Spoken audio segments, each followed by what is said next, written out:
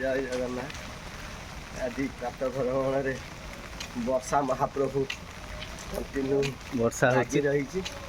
वर्षा हेले भी जेती समय पारिबा टिके प्रातः भ्रमण करवा उचित नले शरीर सुस्थ रहिबो नाही। नमस्कार सांगमान, आज आम कटिकी पोईर उपकारिता विषय जानिबा। अच्छा बापा, कटिकी पोई खाइले कौन लाभ मिले? शुण, भगवान को दुनिया रे जेते प्रकार साग अच्छी आम सब खाऊ। आम जो वीडियो सब करुचु माने नुआ नुआ जिनस आम आपण मान को कहूँ। आज गोटे नुआ कटिकी पोई समझे जानी नथिबे। आपण देखते फोटो रे केमितिका देखा जाउछि। पोई तो पोई समझ जानते कि बदल गोटे कटिकी पोई गोटे अच्छी सी साग बहुत से उपकार अच्छी। हजम शक्ति बढ़ाए कि एथिरे फाइबर अधिक थिबारु कोष्ठकाठिन्य कमाइबार साहाय्य करे। हृदय ପାଇଁ ଭଲ।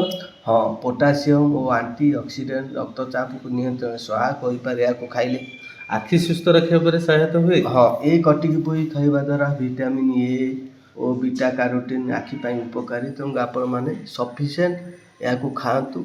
आजिकल जो आखि रो प्रोब्लेम ताकू सॉल्व करने कटिकी पोई मझे मझे खातु। रोग प्रतिरोधक शक्ति बढ़िया साहाय्य करे। हाँ, विटामिन सी शरीर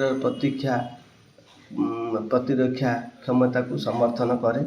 रक्तहीनतार सहायता हुए कि हाँ, एथिरे आयरन थिबारु हेमोग्लोबिन वृद्धि रे सहायता करि पारे। हाड़ शक्त करिबारे सहायता करे। हाँ, कैल्शियम और अन्य खनिज पदार्थ हाड़र स्वास्थ्य पाई भल। त्वचा पाई किछि उपकारी। हाँ, विटामिन ए सी और एंटीऑक्सीडेंट त्वचार स्वास्थ्य को सहायता करे।